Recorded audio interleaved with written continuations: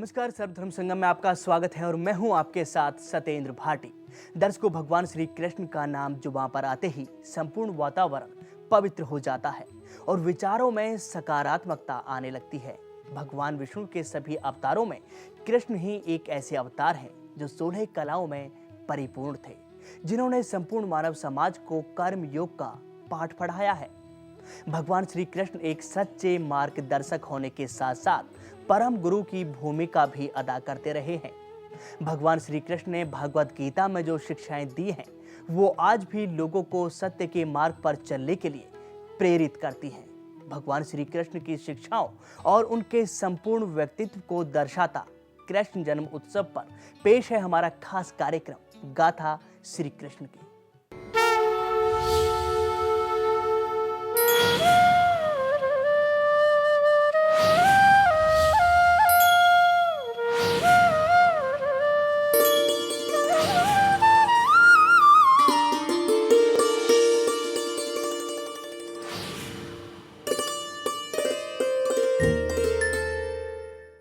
भगवान श्री कृष्ण ने एक सच्चे मित्र और गुरु की तरह कुरुक्षेत्र की युद्ध भूमि में अर्जुन का न सिर्फ मार्गदर्शन किया, बल्कि गीता का महान उपदेश देकर संपूर्ण जगत को कर्म योग की महत्वता भी बताई, जो आज भी मानव समाज को धर्म और सत्य के मार्ग पर चलने की शिक्षा देती है।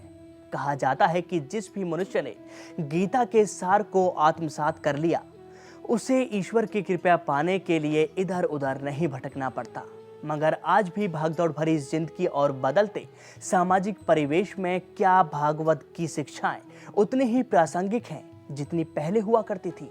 जन्माष्टमी की इस विशेष संध्या पर हम इसी विषय पर चर्चा करेंगे और इस भक्ति में चर्चा में सम्मिलित होने के लिए हमने अपने स्टूडियो में आमंत्रित किया है इस्कॉन मंदिर के प्रवक्ता बुद्धिमंता दास हमारे साथ मौजूद हैं, जो बताएंगे कृष्ण की लीलाओं के बारे में। और साथ ही साथ महामंडलेश्वर मार्तेंडपुरी जी महाराज भी हमारे साथ इस चर्चा में मौजूद है। बहुत बहुत स्वागत है आप सभी मेहमानों का। तो चलिए अपने खास मेहमानों से बातचीत का सिलसिला शुरू करें, लेकिन उससे पहले देखिए भगवान श्री कृष्ण के जन्म उत्सव और उनके संपूर्ण व्यक्तित्व पर आधारित हमारी ये खास रिपोर्ट गाथा श्री कृष्ण की।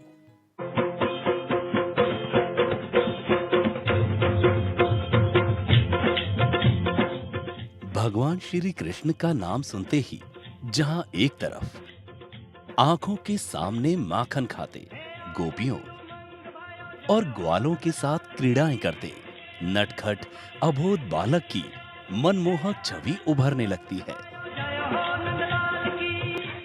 वहीं दूसरी तरफ कुरुक्षेत्र की युद्ध भूमि में अर्जुन को विराट रूप दिखाते भगवान श्री कृष्ण गीता का ज्ञान देते हुए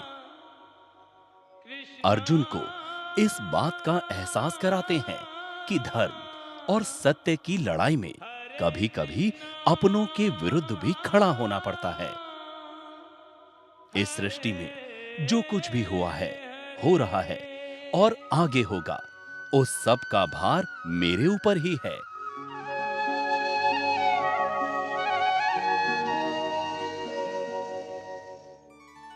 मान्यता है कि भगवान श्री कृष्ण भगवान विष्णु के 8वें अवतार हैं और द्वापर युग में उन्होंने कारावास में माता देवकी के गर्भ से जन्म लिया और मामा कंस का वध करके प्राणी मात्र को ये संदेश दिया कि धर्म और अधर्म की लड़ाई में जीत हमेशा धर्म और सत्य की ही होती है।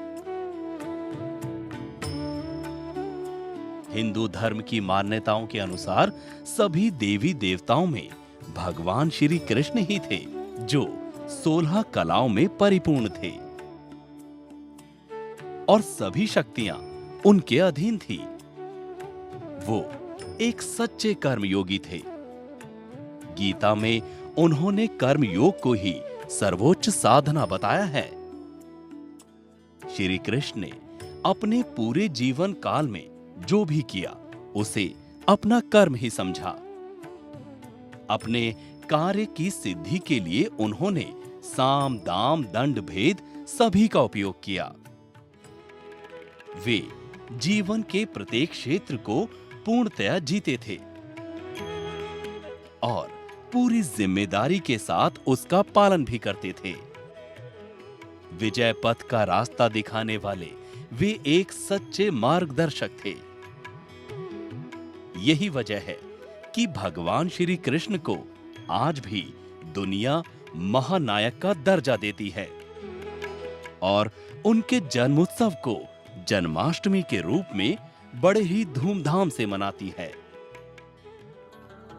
जन्माष्टमी उत्सव के दिन देश और दुनिया के हर छोटे बड़े मंदिर में विशेष सजावट की जाती है और कृष्ण की जन्मभूमि मथुरा को तो मानो दुल्हन की तरह सजाया जाता है और राधे राधे की गूंज वहां के संपूर्ण वातावरण को भक्ति का एक ऐसा समुद्र बना देती है जिसमें हर भक्त गोता लगाकर लोक परलोक की खुशियां हासिल करता है।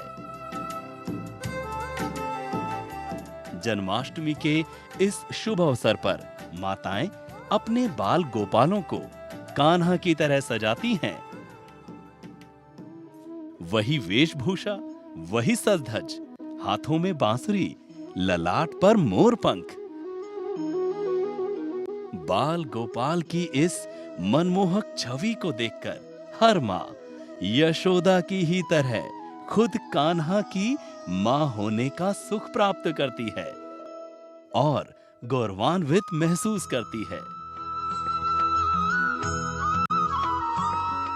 जन्माष्टमी के इस पर्व का हिंदू धर्म में खास महत्व है क्योंकि भगवान विष्णु के सभी अवतारों में कृष्ण ही एक ऐसे अवतार हैं जो आज के परिवेश में भी लोगों के लिए एक सच्चे मार्गदर्शक होने के साथ-साथ परम गुरु की भी भूमिका अदा कर रहे हैं। सर्वधर्म संगम से अंजनी बख्शी की रिपोर्ट। भगवान श्री कृष्ण के जन्म उत्सव को न सिर्फ भारत में बल्कि पूरी दुनिया में पूरे हर्षोल्लास के साथ मनाया जाता है और श्रीमद् भागवत गीता में दी गई शिक्षाओं से हमें इस बात की प्रेरणा भी मिलती है कि एक इंसान को जीवन में कैसे जीना चाहिए और कैसे कर्मों से इंसान को दोनों जहां की खुशियां मिल सकती हैं। तो चलिए शुरू करते हैं अपने मेहमानों से भगवान श्री कृष्ण के संपूर्ण व्यक्तित्व पर बातचीत का सिलसिला। सबसे पहले बुद्धिमत्ता साहब आपसे जानना चाहूँगा, श्री कृष्ण भगवान जी का इतिहास क्या रहा है और मामा कंस उनका वध क्यों करना चाहते थे? हरे कृष्णा। जब भी पृथ्वी पर बहुत अत्याचार हुए, जी, धर्म का नाश हुआ, अधर्म का बोलबाला हुआ, तो भगवान भगवत गीता में बताते हैं कि वो कब और क्यों आते हैं और जब आते हैं तो वो क्या विशेष कार्य करते हैं। तो भगवान ने बोला कि कृतनाय साधु नाम विनाशाय च दुष्कृताम। जब मैं आता हूँ, जब धर्म का विनाश हो रहा होता है और अधर्म का बोलबाला होता है, तो मैं अपने साधुओं को, अपने भक्तों को आनंद और प्रेम देने आता हूँ और जो असुर प्रवृत्ति के जीव हैं उनका भी कल्याण करता हूँ। उनका जो वध करते हैं वास्तव में कृष्णा उनका भी कल्याण कर रहे हैं। तो उस समय ऐसी ही अवस्था थी, पृथ्वी लोक पर बहुत धर्म की हानि हो रही थी और अधर्म बढ़ रहा था। सभी देवी देवता कांप रहे थे। तो सभी देवी देवताओं ने जब जाके ब्रह्मा जी से स्तुति की, ब्रह्मा जी स्वयं सभी देवी देवताओं को लेकर कृष्ण के पास गए, भगवान विष्णु के पास गए। तो भगवान ने अपने भक्तों की पुकार सुनी और उनसे वादा किया कि शीघ्र ही मैं आने वाला हूँ, तुम चिंता मुक्त हो जाओ। हाँ। और रही मामा कंस की बात, तो भगवान बहुत दयालु हैं जी, उनका कोई ना शत्रु है ना मित्र, इसीलिए वो भगवान है, वो हम जैसे साधारण जीव नहीं। तो जब आकाशवाणी हुई थी कंस के लिए कि देवकी की 8वीं संतान से ही उसका वध होगा, तो कंस इतना चिंतन करता था कृष्ण का जितना एक भक्त भी नहीं करता। 24 घंटे कंस भगवान कृष्ण के चिंतन में रहता था। अच्छा, जागते हुए, सोते हुए, खाते हुए, अपनी प्रजा को देखते हुए, राज्य देखते हुए भी, लेकिन चिंतन कृष्ण का चलता था और भगवान कृष्ण इससे बहुत प्रसन्न थे। चाहे वो आश्रित भाव से भगवान का स्मरण करता था तो भगवान को आना ही था, उसको भी दर्शन देने ही थे, चाहे उसका भाव अच्छा नहीं था। तो क्योंकि वो अधर्म का प्रतिनिधि बन गया था कंस, तो भगवान ने ये वचन दिया भगवत गीता में कि पृत्रनाय साधु नाम विनाशाय च दुष्कृताम, इसलिए उसका विनाश होना ही था और कृष्ण के हाथों होना था।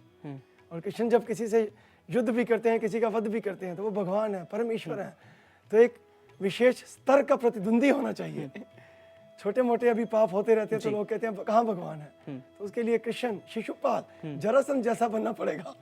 लेकिन हम ये नहीं कहते कि भक्त को एक फेवरेबल भाव से भगवान का स्मरण करना चाहिए। बिल्कुल। लेकिन कोई अनफेवरेबल भाव से भी अगर भगवान का चिंतन करता है, कंस की तरह, तब भी भगवान उसको दर्शन दे देते हैं। लेकिन हमने वैसा नहीं करना। हमने भक्ति भाव और प्रेम से ही कृष्ण को बुलाना है। इस जन्माष्टमी पे पुकारना है कि आ जाओ कृष्ण, आ जाओ, समस्याएं बहुत बढ़ गई हैं, अब हमें दर्शन दो, हमें आनंद दो। जी जी बिल्कुल। यहाँ पर महामंडलेश्वर जी, आपसे मैं जानना चाहूँगा, चूंकि जब कृष्ण की गाथा हो और उसमें उनकी लीलाओं का जिक्र ना हो तो कृष्ण की गाथा अधूरी सी लगती है। कृष्ण भगवान की ऐसी कौन कौन सी लीलाएं रही जिसमें उनका पूरा जो अवतार है वो प्रमाणित होता रहा? देखिए, कृष्ण, भगवान श्री कृष्ण आनंद अवतार हैं, संपूर्ण आनंद के अवतार हैं। और उनका प्रत्येक कर्म, प्रत्येक उनकी लीला वह आनंद का सृजन करती रही। वह चाहे बाल लीला हो, चाहे युवा के रूप में हो, चाहे गीता के रूप में हो, वस्तुतः कृष्ण रसावतार हैं। और इसीलिए वह 16 कलाओं से संपूर्ण रसावतार, संपूर्ण कलाओं के कारण पूर्णावतार माने जाते हैं। राम भी 12 कलाओं तक सीमित माने जाते हैं। कृष्ण, एक बात जो मैं निवेदन करना चाहूँगा कि इन्होंने कहा, यदा यदा ही धर्मस्य ग्लानिर्भवति भारत अभ्युत्थानम अधर्मस्य तदात्मानं सृजाम्यहम्। सतयुग में आप देखें तो देवासुर संग्राम था, देवताओं और असुरों के बीच संग्राम था। आप त्रेता में आ जाइए, 2 राजाओं के बीच था, रावण राक्षस था, लेकिन 2 देशों के बीच, 2 राजाओं के बीच था। द्वापर में जो भी युद्ध हुआ है वो परिवार के बीच हुआ है। वह चाहे कृष्ण हो, चाहे मामा कंस हो, चाहे कौरव हो, चाहे पांडव हो। बिल्कुल। यह जो युग के साथ देवासुर संग्राम चलता है, और आज कलयुग में हर व्यक्ति के मन में देवासुर संग्राम चलता है, प्रतिक्षण हमारे मन में देवासुर संग्राम चलता है। इसलिए आज कृष्ण ज्यादा प्रासंगिक हैं, कृष्ण के संदेश ज्यादा प्रासंगिक हैं, क्योंकि आज हमारी लड़ाई बाहर से ज्यादा अपने भीतर हो गई। ऐसी जो स्थितियां हैं अपने आप से। हाँ, तो कृष्ण का स्वरूप, और कृष्ण ने बहुत अर्थों में प्राचीन परंपराओं को नया अर्थ दिया। लीला का भी, लीला के रूप में भी, योग के रूप में भी, योग को भी उन्होंने नया अर्थ दिया। योगो कर्म से कौशलम, पतंजलि का जबकि चित्तस्वित निरोधा था। तो आज की स्थिति में कृष्ण सतयुग, त्रेता, द्वापर तीनों के बाद कलयुग में एक सर्वश्रेष्ठ नायक के रूप में, एक संपूर्ण समेकित आदर्श के रूप में उपस्थित हैं। और जीवन का कोई पक्ष ऐसा नहीं है जो भगवान कृष्ण से अछूता रहता है, उनकी लीलाओं से अछूता रहता है। जीवन का कोई भी पक्ष, महाभारत में ऐसा कुछ नहीं है जो संसार में ना हो। लेकिन यहाँ पर प्रेम लीलाओं की अगर मैं बात करूँ तो जो कृष्ण भगवान की प्रेम लीलाओं का भी वर्णन किया जाता है और सभी लोग उसको देखते भी हैं, तो उसके बारे में जरूर जानना चाहूँगा। बहुत अच्छी बात कही आपने। देखिए, प्रभु की प्रेम लीला, पहले हम प्रेम को समझें कि जिस प्रेम के मूल में भक्ति होगी वह प्रभु की ओर ले जाएगी। राधा का वर्णन आता है और बहुत लोगों के मन में लौकिक चर्चाएं भी होती हैं। मैं एक निवेदन करूं भाटी जी कि शास्त्र के अनुसार भगवान श्री कृष्ण मथुरा और वृंदावन में केवल 13 या 16 वर्ष तक ही रहे। अच्छा जी। अब आप 13 और 16 वर्ष के युवा, किशोर, वृद्ध जो कल्पना करना हो कर लीजिए, और जो राधा को जोड़ना हो जोड़ लीजिए, जो गोपियों को जोड़ना हो जोड़ लीजिए। यह अपने आप में, यह तथ्य बहुत लोगों को नहीं पता है। कृष्ण उसके बाद कभी मथुरा और वृंदावन नहीं लौटे। बलराम 2 बार आए, उद्धव भी 2 बार आए, लेकिन भगवान श्री कृष्ण नहीं लौटे, वहीं बुला लिया था। लेकिन तो, महामंडलेश्वर जी, जो यहाँ पर कथाएं की जाती हैं, जो प्रेम लीलाओं का जिक्र होता है, फिर वो किस तरह से हुआ? देखिए, प्रेम बता रहे हैं ना कि राधा आराधना का प्रतीक है जी। राधा शब्द का अर्थ ही है कि जो आराधना की ओर ले जाए। और आज की कथाओं में यह जरूर हो गया है कि प्रेम, भगवान श्री कृष्ण और राधा के प्रेम को हम थोड़ा लौकिक स्तर पर ले आते हैं, जो बहुत उचित नहीं लगता। वह प्रेम अलौकिक स्तर पर है, और सृष्टि में पहली बार है कि राधा और कृष्ण पूजित हैं, प्रेम संबंध पूजित है।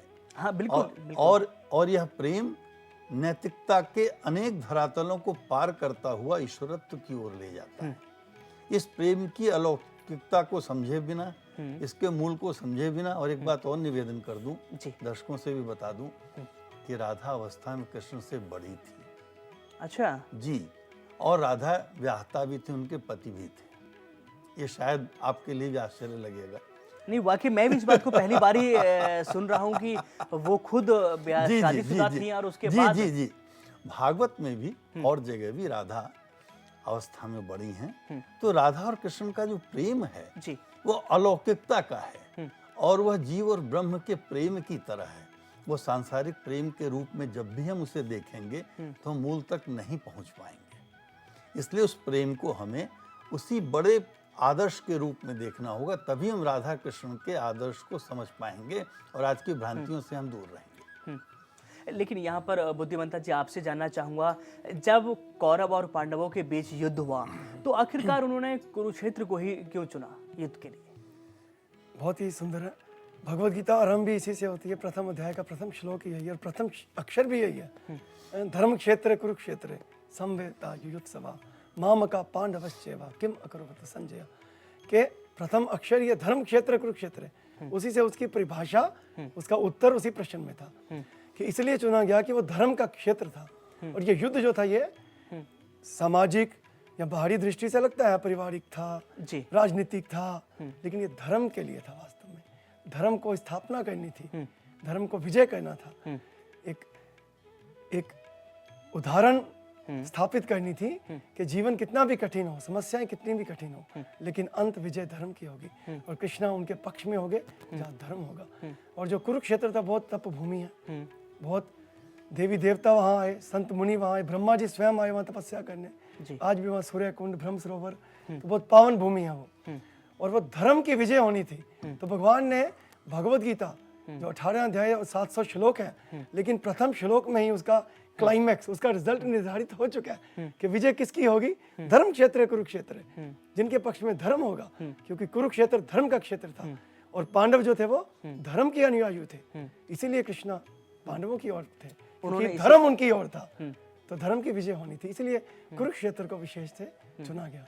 महामंडलेश्वर, लगता नहीं कि शायद यही एक वजह रही कि कौरव और पांडवों से, दोनों से एक ही रिश्ता था श्री कृष्ण का, लेकिन उन्होंने कौरवों को साथ ना देकर बल्कि पांडवों को साथ दिया? देखिए, आपने बहुत अच्छा प्रश्न किया। पहले अभी आपने जो कहा, जो धर्म क्षेत्र कुरुक्षेत्र जी, तो इस संस्कृत को अगर मैं थोड़ा सा बदल दूं, धर्म कुरु क्षेत्रे क्षेत्रे। कुरु शब्द का अर्थ होता है करना, कर्म का अर्थ है कुरु जी। तो कुरुक्षेत्र इसलिए चुना गया कि वह कर्म का क्षेत्र था, और धर्म कुरु क्षेत्रे क्षेत्र यानी हम सब क्षेत्र में धर्म करें। आपने जो भी प्रश्न किया कि उन्होंने कौरवों का साथ क्यों दिया जी, यही प्रश्न महात्मा विदुर ने कृष्ण से किया था महाभारत के युद्ध के बाद। विदुर ने भगवान श्री कृष्ण से कहा कि कृष्ण, तुमने कौरवों को इसलिए मरवा दिए कि पांडव तुम्हें प्रिय थे। कृष्ण का उत्तर था कि सुनो विदुर, सुनो महात्मा विदुर जी, जहाँ सत्य है वहाँ धर्म है, जहाँ धर्म है वहाँ कृष्ण है, और जहाँ कृष्ण है वहाँ विजय है। जहाँ सत्य नहीं है वहाँ धर्म हो ही नहीं सकता, जहाँ धर्म नहीं हो सकता वहाँ कृष्ण नहीं हो सकता, और जहाँ कृष्ण नहीं हो सकता वहाँ विजय नहीं हो सकती। इस प्रश्न का उत्तर विदुर को भगवान श्री कृष्ण स्वयं दे चुके हैं कि मैंने सत्य और धर्म का साथ दिया था, और इसीलिए विजय भी उनकी हुई। ये तो धर्मस्ततो जय यहीं से आता है कि जहाँ धर्म है वहीं जय है। यह वस्तुतः कृष्ण ने बहुत साफ साफ विदुर से कहा, और विदुर बहुत, महात्मा विदुर बहुत विद्वान थे, बहुत और यह प्रश्न उन्हीं का था। प्रश्न आपके मुख से भी निकला है, ये कृष्ण का उत्तर रहा। मैं समझता हूँ यही उत्तर आपको ज्यादा उचित लगे। अब बुद्धिमंता जी, आपसे एक महत्वपूर्ण सवाल जानना चाहूंगा मैं। श्रीमद् भागवत गीता में भगवान श्री कृष्ण ने धर्म को जिस तरह से परिभाषित किया है, क्या आज के बदलते परिवेश में लोग उनकी शिक्षाओं का अनुसरण करते हैं? आप उसे किस नजर से देखते हैं? आप उसे, जैसा महामंडलेश्वर जी ने बोला कि आज के युग में भगवत गीता की जो शिक्षाएं और भी अधिक महत्वपूर्ण हो गई हैं, क्योंकि आज युद्ध बाहर से नहीं है, भीतर से युद्ध है। जी बिल्कुल। सत्य असत्य दोनों भीतर हैं, सुर और असुर हर हृदय में घुस गया है असुर।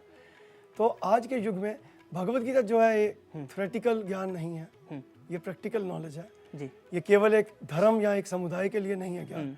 कई बार हम भारतीयों को मिसकंसेप्शन हो जाता है कि भगवत गीता एक विशेष धर्म के अनुयायियों के लिए, लेकिन ऐसा एक भी शब्द भगवान ने नहीं भगवत गीता में बोला कि विशेष ये हिंदुओं के लिए है या ब्राह्मणों के लिए है या सन्यासियों के लिए है।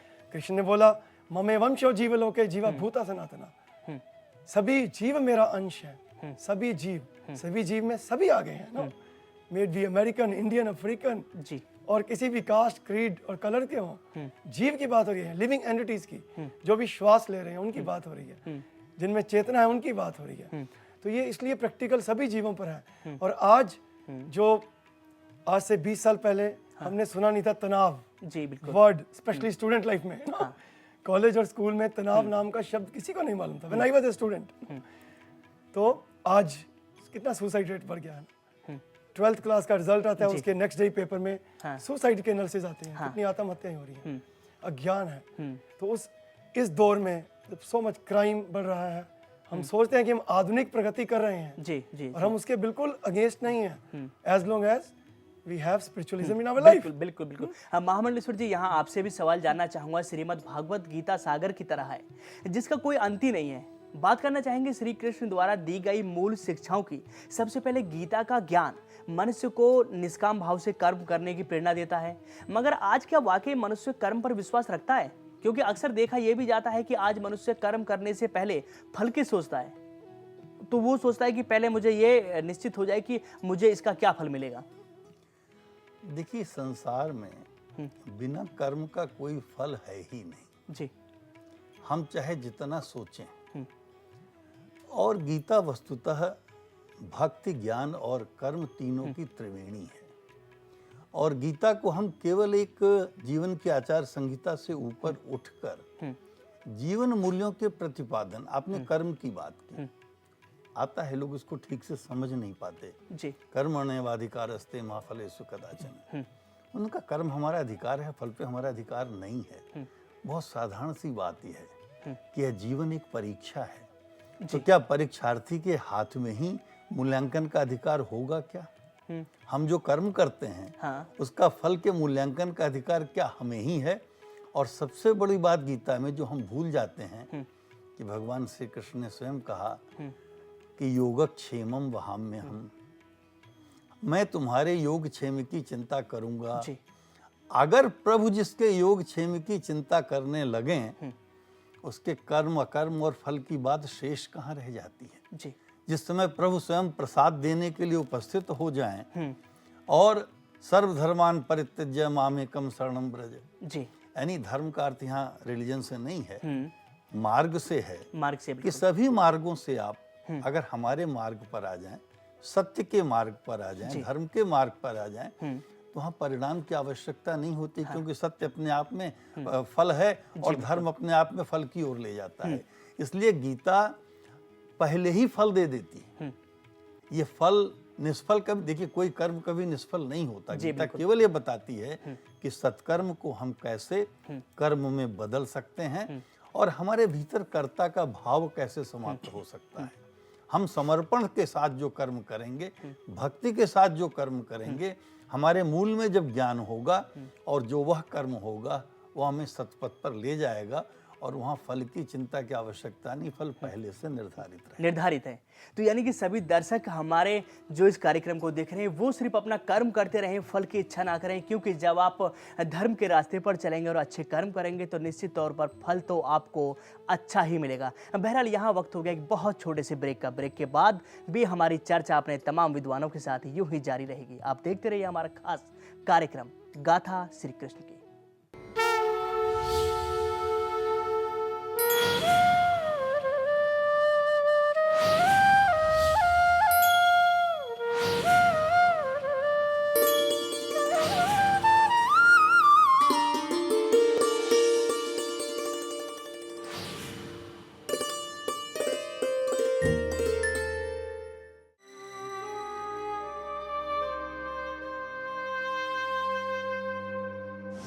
हमारी पृथ्वी जिंदा इंसान की तरह है, जिसके अंदर धड़कता है एक दिल। प्रकृति की रक्षा हमारा परम कर्तव्य है। प्रकृति है तो हम हैं। जब छेड़छाड़ होती है प्रकृति से तो टूटता है कुदरत का कहर। कुदरत की इस सुंदरता में घुल जाता है जहर। कुदरत की इस देन को बचाने की आज ही से करें पहल। वृक्ष लगाएं, प्रकृति बचाएं। सर्वधर्म संगम चैनल की ओर से जनहित में जारी। धर्म, संस्कृति,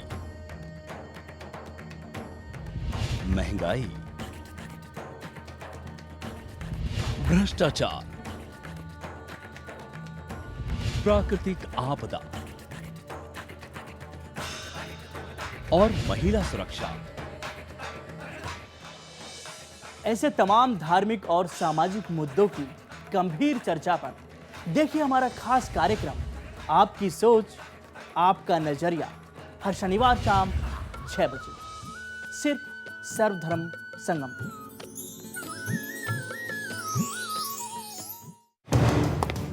देश में बढ़ता अत्याचार,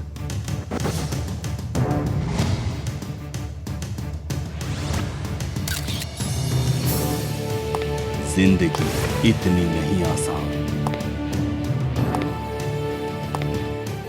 यार बेटे परवरिश करके ब्याह शादी करती है, लेकिन मेरा सहारा कोई नहीं।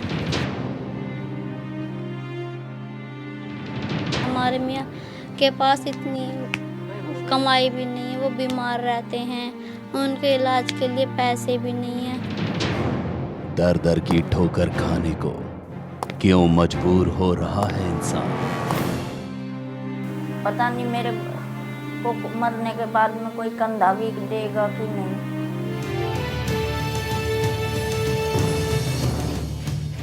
जिंदगी की हकीकत से रूबरू कराने जल्द आ रहा है जिंदगी एक संघर्ष, सिर्फ सर्वधर्म संगम चैनल पर।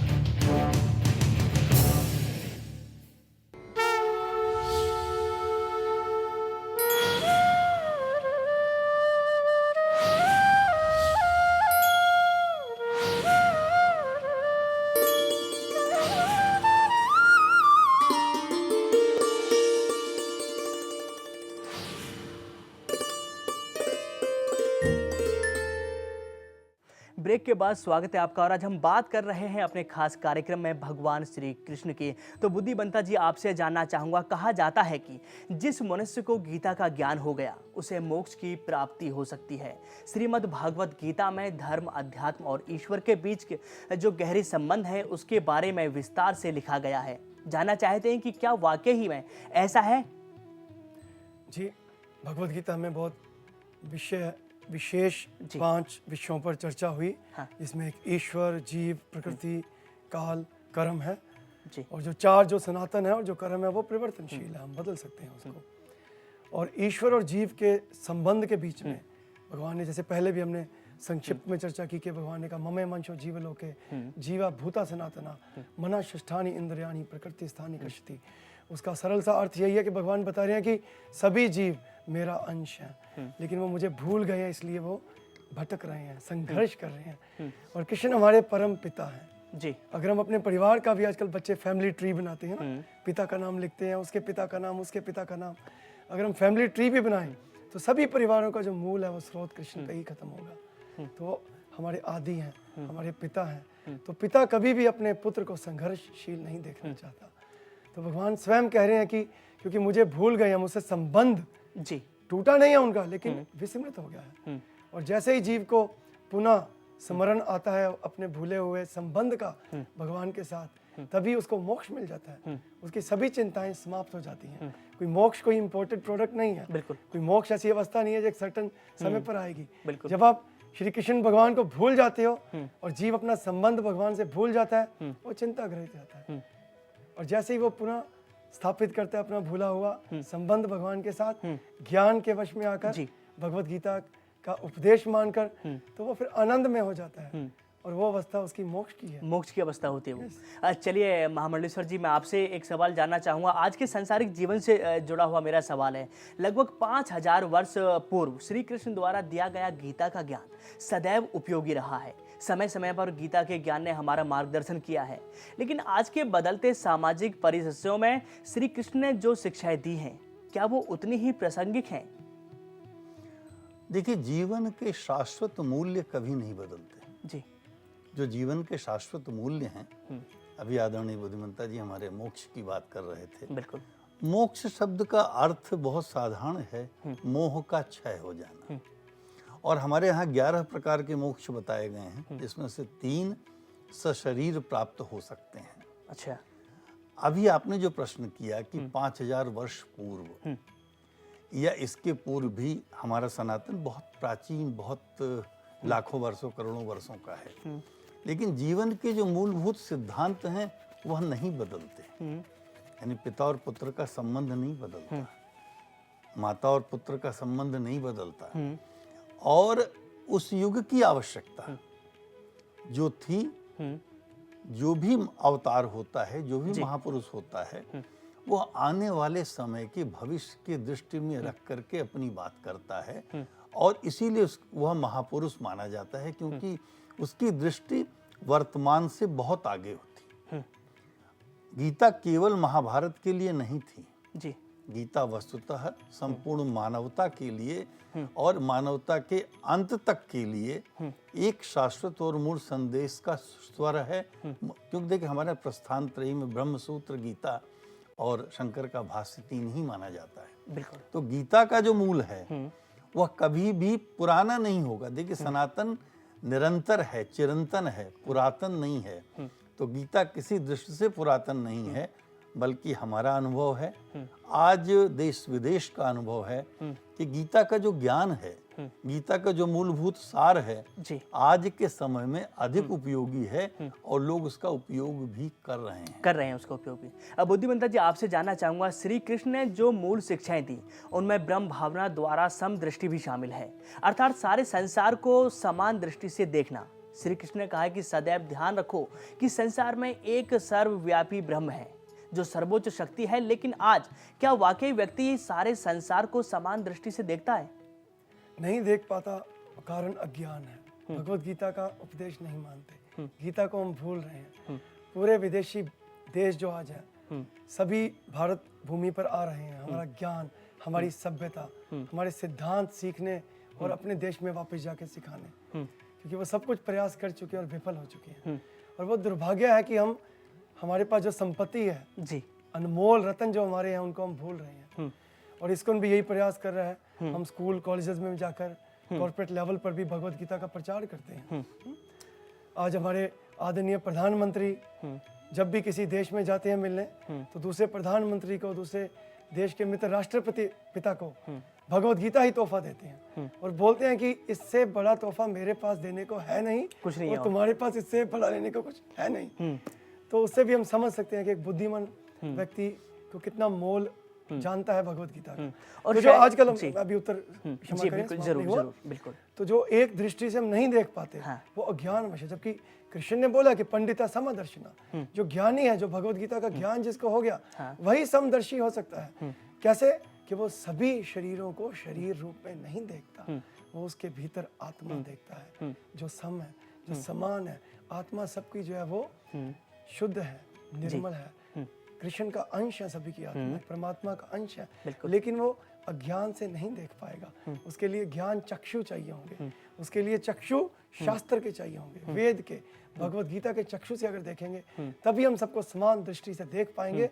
और फिर समाज में, घर में, देश में, अंतर्राष्ट्रीय स्तर पर कोई कलमश नहीं रहेगा। जब हम ये देख लेंगे ये सब शरीर नहीं है, सब आत्माएं हैं, तो कोई किसी को मारने की बात तो दूर है, किसी का हृदय को भी नहीं ठेस पहुंचाना चाहेगा। जात पात धर्म ऊंच नीच इस सब से दूर हट जाएंगे। वो शरीर के स्तर की, हम आत्मा की बात कर रहे हैं जी, जो ज्ञान सिखाएगा हमें, भगवत गीता का ज्ञान।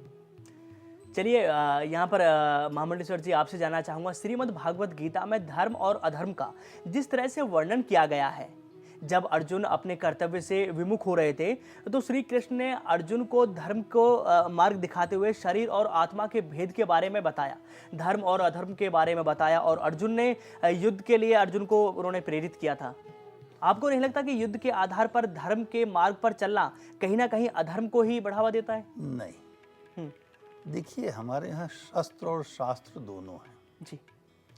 और शास्त्र के अनुसार शस्त्र उठाना कभी अधर्म नहीं है।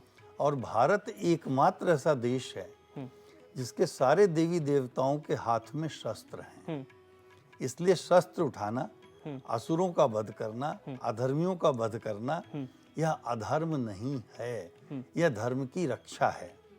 और सबसे बड़ी बात है, गीता में खाली उन्होंने ज्ञान नहीं दिया, अर्जुन को भी अपना उन्होंने पूर्ण रूप के दर्शन दिए और साथ में एक बड़ी बात कह दी कि तू इन्हें क्या मारेगा, मैं इन्हें पहले मार चुका हूं, तू तो लीला कर रहा है।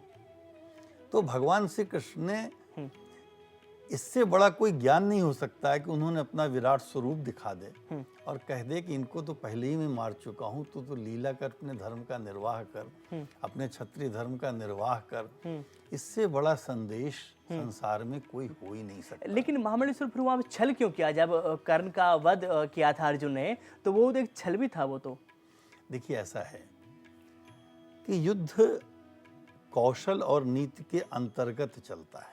बिल्कुल। और खाली यह द्वापर में ही नहीं हुआ है, त्रेता में भी हुआ, राम ने बाली का वध किया। बिल्कुल। तो धर्म के मार्ग को पाने के लिए और उसके वध के लिए नीतिगत, देखिए कृष्ण और राम में यही बड़ा भारी अंतर है। कृष्ण कुशलता के, नीति के प्रतीक हैं और चतुरता के प्रतीक हैं, व्यवस्था के प्रतीक हैं जी। तो कहीं भी युद्ध में इस प्रकार की जब भी भूमिका हुई, हमें लगता है कि यह गलत है, लेकिन उस समय के अनुसार, युद्ध के अनुसार, युद्ध की नीति के अनुसार वो आवश्यक है। अब आप एक बात देखिए ना, एक समय क्या था, क्या द्रौपदी का चीरहरण नीतिगत था? बिल्कुल धर्मगत था? बिल्कुल धर्मगत नहीं था। जुआ खेलना धर्मगत था? बिल्कुल नहीं था। तो अगर उस अधर्म से उत्पन्न कार्य के लिए अगर थोड़े लेकिन जुआ में तो पांडव भी शामिल थे, खुद युधिष्ठिर ने, धर्मराज ने खेला था। हाँ खेला था, गलत किया था उन्होंने जी। यह गलत था। और यह भी गलत था कि उस समय बाकी लोग जो बैठे हुए थे उन लोगों ने उस पर बोला नहीं, चुप रहे और उनकी सजा भुगती, और यही नीति के लिए आवश्यक था। अभी आपके प्रश्न का उत्तर भी यहीं आके खड़ा होता है कि अधर्म के समय उन्होंने धर्म का साथ नहीं दिया, इसलिए उनको मारने में अधर्म कुछ भी नहीं था। जी। और यही एक वजह है कि छल का भी वहां पर सहारा लिया गया, और लेकिन अधर्म का नाश वहां पर किया गया। बुद्धिमंता जी, आपसे जानना चाहूंगा, गीता के अनुसार आत्मा अजन्मी है। अगर आत्मा अजन्मी है तो फिर पुनर्जन्म क्या है, पुनर्जन्म क्या है, और स्वर्ग नरक का आत्मा से नाता क्या है? जी, शरीर हमारा जो भौतिक है जी, लेकिन जिसके अंदर जो आत्मा, जो क्रियाशील है, जो चेतना है, वो आध्यात्मिक है। भगवान की कई शक्तियाँ हैं, देखते हैं कि भगवान की आध्यात्मिक शक्ति है, भौतिक शक्ति है, भगवान की बाहरी शक्ति जो दुर्गा देवी है, आंतरिक शक्ति जो है वो राधा रानी है जी। और हम तटस्थ शक्ति में आते हैं, हम बीच में हैं। हम जीव जो है वो शरीर उसका भौतिक है और चेतना उसकी आध्यात्मिक है, तो वो चूज कर सकता है वो किस तरफ जाए। वो जो एक मानव शरीर बहुत ही रेयर मिलता है, मानव शरीर एक जंक्शन की तरह है जी। उससे जीव निर्धारित कर सकता है कि अपने कर्मों के अनुसार वो ऊपर भी जा सकता है और निम्न योनि में भी जा सकता है और भगवत धाम भी जा सकता है मुक्त होकर। तो उसकी चॉइस है। छोटी सी एक स्वतंत्रता दिया कृष्ण ने सभी आत्माओं को जी। बड़ी छोटी सी, क्या डिसीजन लेने की, लेकिन वो बड़ी माइन्यूट स्वतंत्रता है। उसमें कृष्ण भी हस्तक्षेप नहीं करते। अगर उसमें श्री कृष्ण हस्तक्षेप करें तो फिर भक्ति और प्रेम का कोई मामला ही नहीं रहेगा। कृष्ण चाहते तो जबरदस्ती, भगवान है वो सबको भक्त बना सकते थे, बिल्कुल, लेकिन वो चाहते हैं जीव स्वतः अपनी इच्छा से उनकी शरण में आए, उनकी भक्ति को पुकारे, उनसे प्रेम की अभिलाषा करे, तो कृष्ण बहुत प्रसन्न होते हैं, आदान प्रदान करते हैं। तो जो आपने पूछा कि स्वर्ग और नरक क्या है, तो जीव अपने कर्मों के अनुसार अगर बहुत पुण्य कर्मों में लग जाएगा जी। लेकिन भगवान की भक्ति नहीं की तो उसका फल भुगतने के लिए उसको फिर से शरीर लेना पड़ेगा। वो शरीर हायर प्लैनेट्स में, स्वर्ग लोकों में मिल सकता है, जहाँ फिर उसको जन्म मृत्यु जरा व्याधि में गुजरना पड़ेगा। मुक्ति वहाँ भी नहीं है, कृष्णा प्रेम वहाँ भी नहीं मिलेगा। और अगर वो पाप कम करेगा, कर्म करेगा, तो उसको पाप योनियां भुगतनी पड़ेंगी, नरक लोकों में जाना पड़ेगा, हेलिश प्लैनेट जिसको बोलते हैं। राइट? केवल कृष्ण की भक्ति से ही जीव जन्म मृत्यु के संसार चक्कर से निकल सकता है, छोड़ सकता है और छोड़ मोक्ष सकता है। मोक्ष उसको प्राप्त जब भी जन्माष्टमी आ रही है उसके उपलक्ष्य में बड़ा सुंदर ये प्रश्न है। भगवान कहते हैं कि जन्म कर्मच में दिव्यम एवं यो वेति तत्वता त्यक्त्वा देहम पुनर्जन्मा नेतिमम एति सो अर्जुना, कि मेरे जन्म और कर्म दिव्य है अर्जुन, ये दिव्य है, इनको जो समझ ले। जैसे मेरी जन्माष्टमी आ रही है, ये साधारण हैप्पी बर्थडे नहीं है जैसे हमारा होता है जी। हम मजबूर किए जाते हैं, हम पसंद नहीं कर सकते कि हम किसके परिवार में जन्म लें, हमारे माता पिता कौन हो, हम किस देश में जन्म लें, हम किस काल में जन्म लें। कृष्णा आत्मा माया है, वो अपनी स्वयं इच्छा से आते हैं, वो स्वयं निर्धारित करते हैं कि इस लीला में मेरे माता पिता कौन होंगे, मैं किस स्थान में जाऊंगा, मैं क्या लीला करूंगा। तो भगवान कहते हैं मेरा जन्म साधारण जन्म नहीं है, जन्माष्टमी है, इसको समझ ले हम सब। मेरे दिव्य है, जन्म कर्म च मे दिव्यम एवं यो वेति तत्वता। और जो जीव इसको तत्व से समझ लेता है, तत्व से जी। ज्ञान चक्षु से, शास्त्र चक्षु से, फिर उसको पुनर्जन्म न विद्यते है। नहीं, ऐसे जीव को फिर कभी पुनरपि जन्म पुनरपि मरणम में नहीं आना पड़ेगा और वो मेरे धाम आएगा, धाम चले जाएंगे वो। अब महामंडलेश्वर जी, आपसे जानना चाहूंगा, माया से स्वयं को मुक्त करने का अर्थ क्या है? बहुत गंभीर प्रश्न आप कर रहे हैं। जी। और ये सृष्टि के आदिकाल से लेके अब तक माया, ब्रह्म और माया, इसी पर चर्चा होती रही है। द्वैत, अद्वैत, विशिष्टाद्वैत, अनेक सिद्धांत आए। वस्तुतः जो कुछ सृष्टि में आपको दिखाई दे रहा है, जी। माया का अर्थ है जो सत्य न हो। और सत्य का की परिभाषा केवल एक है कि जो परिवर्तित नहीं हो। जो परिवर्तनशील है वह माया है। और तुलसीदास जी ने बहुत कहा कि मैं और मोर तोरते माया, जही बस की ने जीव निकाया, गो गोचर जहाँ लग मन जाई, सो सब माया जाने हो भाई। तो माया जो आपके विस्तार को आपको जो दिखाई दे रहा है, जो सत्य नहीं है वो माया है। जो परिवर्तनशील है संसार में वह सब माया है। और जो परिवर्तनशील नहीं है, ब्रह्म है, प्रभु है, वह माया नहीं है। तो जो कुछ आप देख रहे हैं यह माया है। लेकिन इस माया का विरोध नहीं है। माया का विरोध इसलिए नहीं कि माया को जिस क्षण आपने समझ लिया और माया का उपयोग कर लिया, जी। तो माया का उपयोग करके भी सत्य तक आप पहुंच सकते हैं। ऐसे बहुत से मार्ग हैं। और कृष्ण ने भी लीलाएं की, वो लीला भी माया ही थी। वो चाहे तो भाई गोवर्धन में सबकी उंगलियां नहीं लगवाते, जी बिल्कुल। अकेले नहीं उठा सकते थे क्या? हाँ। लेकिन उसके पीछे उनका अर्थ था कि जब कभी जीवन में कष्ट आए तो सबका हाथ लगवा दो तो कष्ट कम हो जाता है। अच्छा। कृष्ण का एक एक कार्य आप देखेंगे तो उनके पीछे बहुत से अर्थ हैं जिन पर वस्तुतः व्याख्याएं नहीं हुई। आज एक दुर्भाग्य हुआ, इस हालांकि मौका नहीं है, कि कृष्ण का केवल हम भक्ति पक्ष और शास्त्र पक्ष पर ही सीमित रह गए हैं। उनकी जो वैज्ञानिक व्याख्याएं होनी चाहिए और जो शास्त्र से के सीमा से ऊपर उठकर जो वर्तमान संदर्भ में होना चाहिए, वह थोड़ा कम हो पा रहा है। कृष्ण हमारे जीवन के आधार हैं, बिल्कुल। और कृष्ण मूल आधार हैं। और माया कुछ नहीं है। जिस क्षण कृष्ण आपके भीतर हो, जिस क्षण आप माया को समझ लें, बिना माया के कुछ नहीं होता। यहाँ पर बुद्धिमंता जी ये भी कहा था कि श्री कृष्ण का जब अंत हुआ, जब उनकी मृत्यु हुई, उसी वक्त कलयुग की शुरुआत हुई। वो कैसे? ये 4 युग आते हैं, नेचुरल एक साइकिल है, वेदों की रचना ऐसी है, सृष्टि ऐसे बनती आई है। ये कोई प्रथम बार कलयुग नहीं आया, ये साइकिल चलता रहता है, चलता रहता है। और तब भगवान की लीला में भगवान ने जो जो करना था, धर्म की स्थापना करनी थी। और उसके बाद जैसे हमने बताया कि भगवान का जो वास्तव में हम बोल देते हैं जन्म हुआ या मृत्यु हुई, तो बड़े ये अशोभनीय शब्द हैं और ये शास्त्रीय दृष्टि से गलत भी हैं।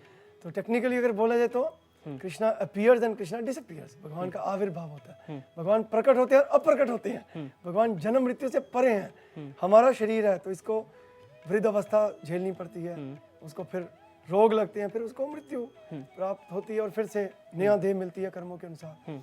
लेकिन कृष्ण जो है वो आनंद चिन्ह में है, ब्रह्मा जी बहुत अच्छी स्तुति करते हैं भगवान की और बहुत अच्छा स्वरूप बताते हैं कि ईश्वरा परमा कृष्णा सच्चित आनंद विग्रह अनादिर आदिर गोविंदा सर्व कारण कारण। तो सभी कारणों के कारण है। उनका शरीर को ऐसा नहीं सोचना चाहिए कि उनके पैर में तीर लगा तो उनकी मृत्यु हो गई। जी। भगवान के शरीर और आत्मा में भेद नहीं है, कृष्णा एक है, आत्मा और शरीर एक है उनका, लेकिन हम दो हैं क्योंकि हम बद्ध जीव हैं। वी आर नॉट गॉड, हम भगवान नहीं है, हम में दो चीज अलग अलग है, आत्मा और शरीर। लेकिन कृष्णा का चिंतामणि आनंद में रूप है, तो भगवान जब चाहते हैं अपनी लीला समाप्त कर सकते हैं। तो भगवान ने निर्धारित किया कि अब मैं लीला समाप्त करूंगा, द्वापर युग का अंत होगा और कलयुग आरंभ होगा, तो वो होना था। यहाँ पर मामंडलेश्वर जी आपसे जानना चाहूँगा कि यहाँ पर आखिरकार कृष्ण की बसाई हुई जो द्वारका थी वो कैसे नष्ट हो गई, वो अब नहीं है, उसकी क्या वजह रही? देखिए, पहले मैं कलयुग पर अगर आपकी आज्ञा हो, जी बिल्कुल, जरूर तो जरूर। कृष्ण का एक संदर्भ बहुत ही आवश्यक है। राजा परीक्षित के स्वर्ण मुकुट से कलयुग का प्रवेश हुआ था और कलयुग की बड़ी चर्चा हो रही थी। पांडव परिवार पहुंचा कृष्ण के पास और एक इच्छा व्यक्त की। देखिए, सबसे बड़ी बात है, पांडव परिवार मुझे इसलिए प्रिय है जी। कि जब भी उस पर संकट आए तो कृष्ण उसके साथ रहें, और यही कृष्ण का संदेश है कि तुम हमारे हो जाओ तो हम हर वक्त तुम्हारे साथ हैं। तो पांडवों ने इच्छा व्यक्त की। कलयुग की बहुत चर्चा हो रही है, कलयुग क्या है? तो भगवान कृष्ण ने उन लोगों से कहा कि आप चारों दिशाओं में जाओ और जो कुछ अतिरिक्त दिखे, विशेष दिखे, लौट के बताओ, फिर मैं तुम्हें बताऊंगा कि कलयुग क्या है। सबसे पहले युधिष्ठिर लौटे। युधिष्ठिर ने कहा कि प्रभु, हमने जो देखा विश्वास नहीं होता कि एक घड़े को ढक्कन से पहले भरा गया जी। और फिर उस घड़े से जब ढक्कन को भरा जाने लगा तो ढक्कन नहीं भरा। प्रभु ने कहा बैठ जाओ। हाँ। थोड़ी देर बाद अर्जुन और भीम आए, कहें प्रभु, हमने जो देखा विश्वास नहीं होता। एक तालाब का पानी निकल रहा था बाहर जी। बगल में खाली तालाब था, उसमें न भर कर वह तीसरे तालाब को भर रहा था। कृष्ण ने कहा तुम भी बैठ जाओ। थोड़ी देर में नकुल सहदेव लौटे। कहने लगे कृष्ण, हमने जो देखा विश्वास नहीं होता कि श्वेत हंसों के पंखों पर वेद की ऋचाएं अंकित हैं और वो मनुष्य के मांस का भक्षण कर रहे हैं। लास्ट में द्रौपदी लौटी। द्रौपदी ने कहा कि हमने जो देखा कृष्ण, वो कृष्ण ही कहती थी, कृष्ण मुझे विश्वास नहीं होता कि बड़े बड़े पर्वत के शिलाखंड टूटकर चले आ रहे हैं और मार्ग में जो भी उनके मार्ग में भवन, अट्टालिका, वृक्ष जी। वह तोड़ते हुए, ध्वस्त करते हुए चले आ रहे हैं, लेकिन पृथ्वी पर आकर वह दूब के तिनकों पर टिक जाते हैं। कृष्ण ने कहा देखो, यही कलयुग है। युधिष्ठिर, तुमने देखा कि घड़े से ढक्कन नहीं भरा। कलयुग में माता पिता पुत्र का बहुत कुछ करेंगे, संतान का करेंगे, लेकिन संतानें संतुष्ट नहीं होंगे। दूसरा उन्होंने कहा कि अर्जुन भीम, तुमने देखा कि तालाब बगल को नहीं भर रहा था। कलयुग में भाई भाई की मदद न कर, तीसरे पर करेगा। नकुल सहदेव, तुमने श्वेत हंसों पर वेद की ऋचाएं देखी, मांस भक्षण देखा। कलयुग में वेद पुराण जानेंगे सब, लेकिन उसका आकलन नहीं करेंगे, आचरण नहीं करेंगे। और ये बहुत महत्वपूर्ण जो अगला मैं कहने जा रहा हूँ कि द्रौपदी, तुमने देखा कि शिखर खंड टूट कर चले आ रहे हैं और दूब के तिनकों पर टिक जाते हैं। द्रौपदी, कलयुग में मूल्यों के मानक टूटेंगे, लेकिन और ध्वस्त करेंगे मानवता को, लेकिन फिर भी कलयुग में पृथ्वी पर कुछ न कुछ ऐसा शेष रहेगा जो उसे रोक लेगा। मैं समझता हूँ कि यह सनातन धर्म, भगवत गीता, उसके प्रति ही कृष्ण का संदेश था। कलयुग कभी भी पूरा नहीं होता।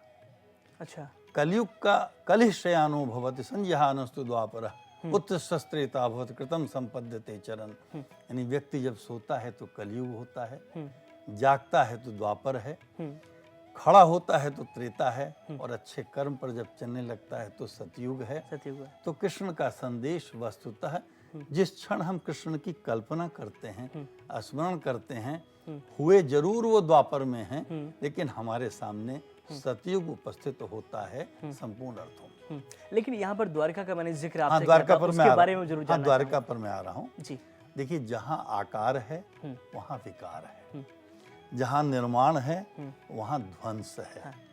और कृष्ण भी अकेले द्वारका ही उनकी नहीं गई, कृष्ण यादव वंश को भी नहीं बचा पाए थे। आप ध्यान से अगर देखें, कृष्ण अपने वंश को भी नहीं बचा पाए थे। वंश भी उनका युद्ध के बाद समाप्त हो गया, उनको शाप भी था, शापित भी थे। तो द्वारिका उन्होंने बसाई थी। और एक मजेदार बात बताऊं कि द्वारका शब्द का अर्थ आपको बड़ा अजीब लगेगा।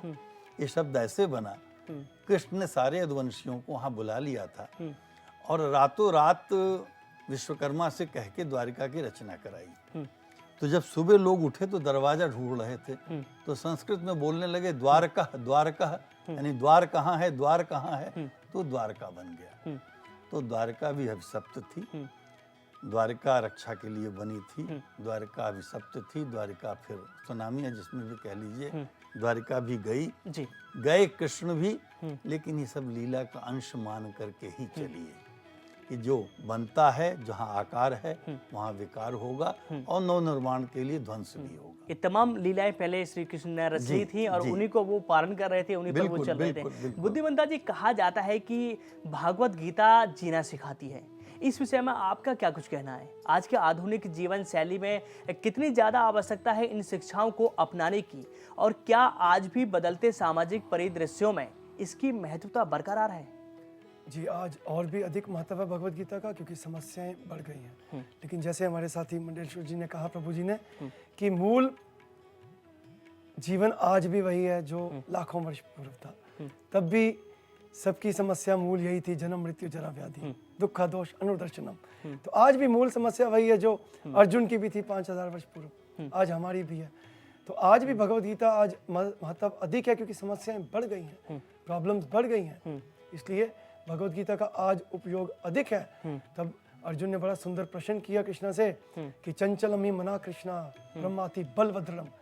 हे केशवा, हे कृष्णा, मैं बहती हुई हवाओं का रुख मोड़ सकता हूँ, मैं इतना बड़ा योद्धा हूँ, मंत्र उच्चारण से एक बाण छोड़ूंगा तूफान की दिशा पलट सकता हूँ, लेकिन अपने मन को नियंत्रित कैसे करूं? बलभद्रम चंचलम ही मना कृष्णा। हे कृष्णा, ये मन बहुत चंचल है, बहुत हठीला है, क्या करूं? तो जब अर्जुन, जो बहुत बड़े योद्धा थे, युवराज थे, बिल्कुल शास्त्र नीति का ज्ञान था, भगवान के भक्त भी थे, उनकी ये अवस्था थी, तो आज कलयुग के हम साधारण व्यक्ति की तो क्या दशा होगी? क्या दशा होगी? चलिए, आज मन को नियंत्रण करने के लिए बहुत अधिक प्रयोग है भगवत गीता का।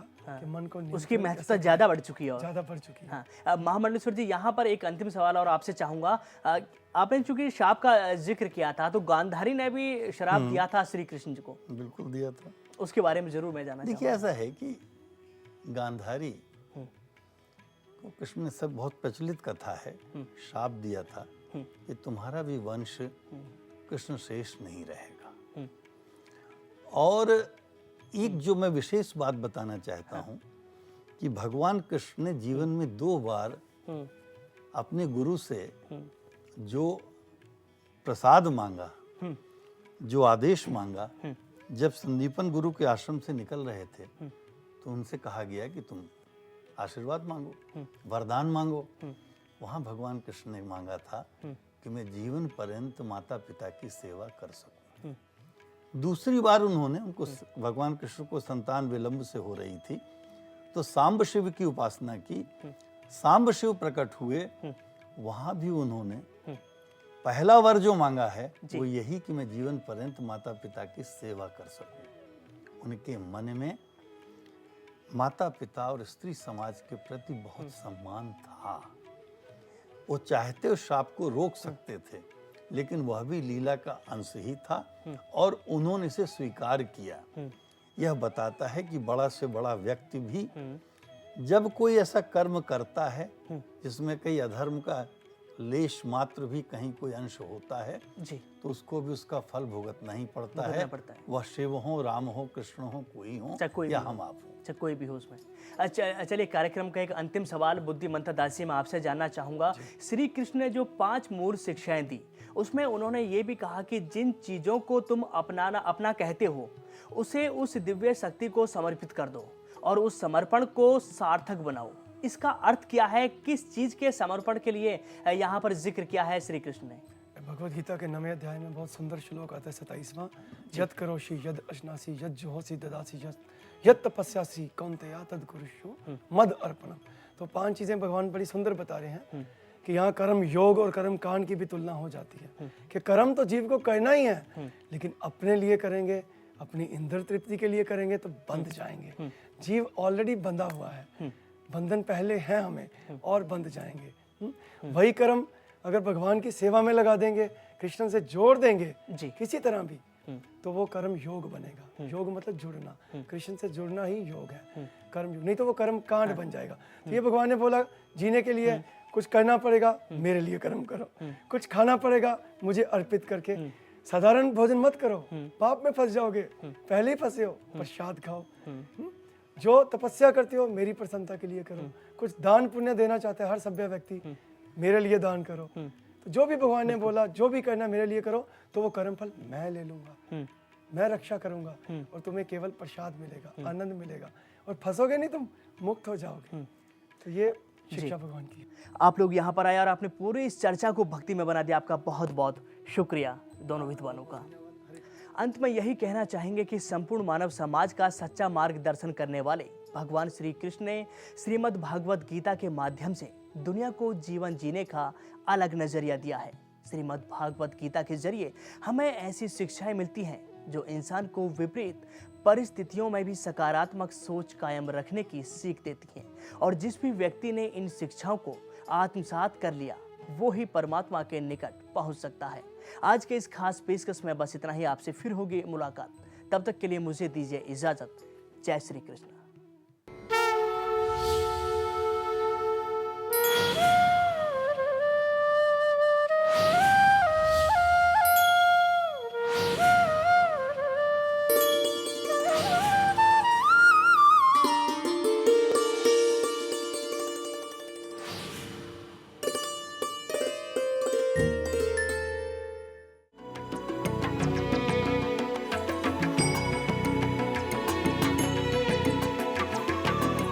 सर्वधर्म संगम, धर्म के सच्चे प्रहरी।